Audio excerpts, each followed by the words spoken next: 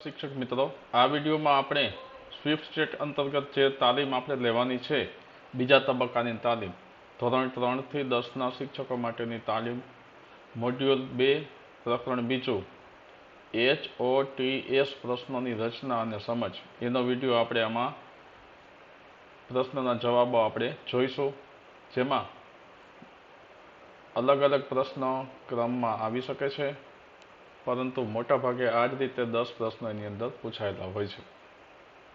તો આપણે જોઈએ, પ્રથમ પ્રશ્ન છે, એક શિક્ષક વિદ્યાર્થીઓને વૈજ્ઞાનિક લેખ આર્ટિકલ વાંચવા આપે છે અને તેમને લખાણમાં ધારણાઓ અને પૂર્વગ્રહને ઓળખવા માટે કહે છે. આ પ્રવૃત્તિ બ્લૂમના વર્ગીકરણના કયા સ્તરની ગણાય? તેનો સાચો જવાબ આવે છે વિશ્લેષણ કરવું.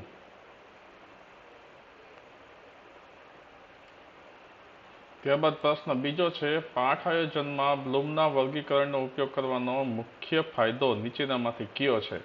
તો એનો સાચો જવાબ આવે છે તે વિદ્યાર્થીઓમાં ઉચ્ચ સ્તરીય વિચારવાની કુશળતા વિકસાવવામાં મદદ કરે છે. ત્યારબાદ ત્રીજો પ્રશ્ન આ રીતે આપવામાં આવેલો છે, નીચેના પૈકી કઈ પ્રવૃત્તિ ઉપયોજનનું ઉદાહરણ છે? તેનો સાચો જવાબ આવશે રેલવેનું સમયપત્રક જોઈને મુસાફરીનું આયોજન કરવું. પ્રશ્ન ચોથો છે, શિક્ષણમાં બ્લૂમના વર્ગીકરણનો પ્રાથમિક હેતુ શું છે? સાચો જવાબ આવશે શિક્ષણના ઉદ્દેશોને જટિલતા અને વિશિષ્ટતાના સ્તરોમાં વર્ગીકૃત કરવા. ત્યારબાદ પાંચમો પ્રશ્ન છે, નીચેના પૈકી ઉચ્ચ સ્તરીય વિચારણા કૌશલ્યની લાક્ષણિકતા કઈ નથી? તો એમાં જવાબ આવે છે સ્મૃતિ. છઠ્ઠો પ્રશ્ન છે, બ્લૂમના વર્ગીકરણમાં કયા સ્તરમાં સમજણ ઉપરાંત જે તે માહિતીને ભાગોમાં વહેંચવાનો સમાવેશ થાય છે? એમાં આવે છે સમજવું. સાતમો પ્રશ્ન, નીચેનામાંથી શું મૂલ્યાંકન સ્તર સાથે સંકળાયેલું છે? તેનો સાચો જવાબ છે ખરું કે ખોટું સાબિત કરો. આઠમું છે, નીચેનામાંથી કયું બ્લૂમના વર્ગીકરણમાં ઉચ્ચતમ સ્તર બતાવે છે? એમાં આવે છે સર્જન કરવું.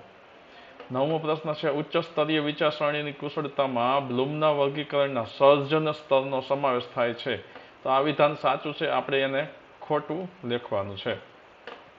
પ્રશ્ન 10મો છે, એક શિક્ષક વિદ્યાર્થીઓને આપેલી માહિતીના આધારે બે જુદી જુદી બાગાયત પદ્ધતિ પૈકી કઈ પદ્ધતિ સારી છે તે નક્કી કરવા માટે કહે છે.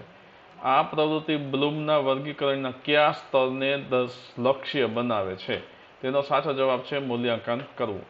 તો શિક્ષક મિત્રો, આ રીતે આપણે આ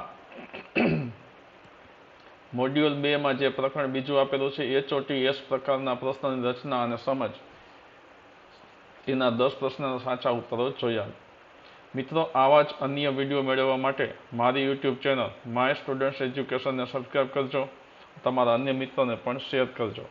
વિદ્યાર્થીઓ માટે પણ અનેક પ્રકારના વિડીયોઝ આ યુટ્યુબ ચેનલ પર આપ સૌને મળી રહેશે.